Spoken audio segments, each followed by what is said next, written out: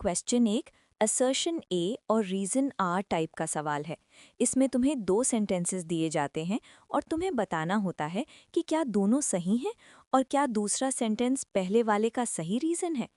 इसमें असर्शन ए कह रहा है the British sovereignty continued to exist in free India.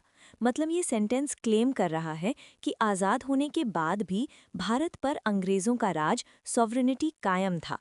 और रीजन आर कह रहा है the British sovereign appointed the last governor general of free India. मतलब आज़ाद भारत के जो आखिरी गवर्नर जनरल थे उन्हें ब्रिटेन के राजा या रानी ने अपॉइंट किया था।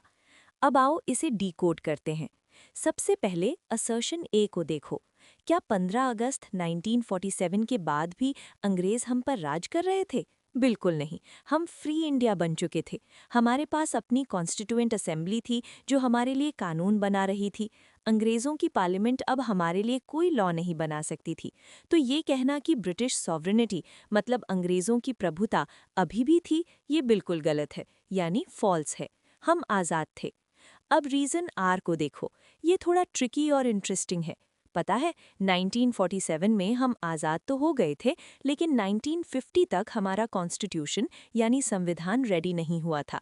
तो 1947 से 1950 के बीच के 3 सालों में हमारा स्टेटस डोमिनियन का था। मतलब हम इंडिपेंडेंट तो थे, लेकिन हमारे पास प्रेसिडेंट नहीं था। उस समय हमारे देश के सबसे बड़े पोस्ट का नाम गवर्नर जनरल ही था। स्वतंत्र भारत के पहले इंडियन और आखिरी गवर्नर जनरल थे सी राजगोपालाचारी यानी राजा जी। हालांकि उन्हें चुना हमारी इंडियन सरकार यानी नेहरू जी की कैबिनेट ने था, लेकिन क्योंकि हमारे पास प्रेसिडेंट नहीं था तो टेक्निकली साइन और अपॉइंटमेंट लेटर ब्रिटेन के राजा किंग जॉर्ज सिक्स्थ ने ही दिया था। तो टेक्निकली ये सेंटेंस बिल्कुल सही है कि उनका अपॉइंटमेंट ब्रिटिश सॉवरेन यानी राजा ने किया था। तो अब कंक्लूजन क्या निकला? पहला सेंटेंस ए झूठ है क्योंकि हम गुलाम नहीं थे। दूसरा सेंटेंस आर सच है क्योंकि टेक्निकली अपॉइंटमेंट किंग के नाम से ही हुआ था। इसलिए इसका सही आंसर होगा option D, A is false but R is true.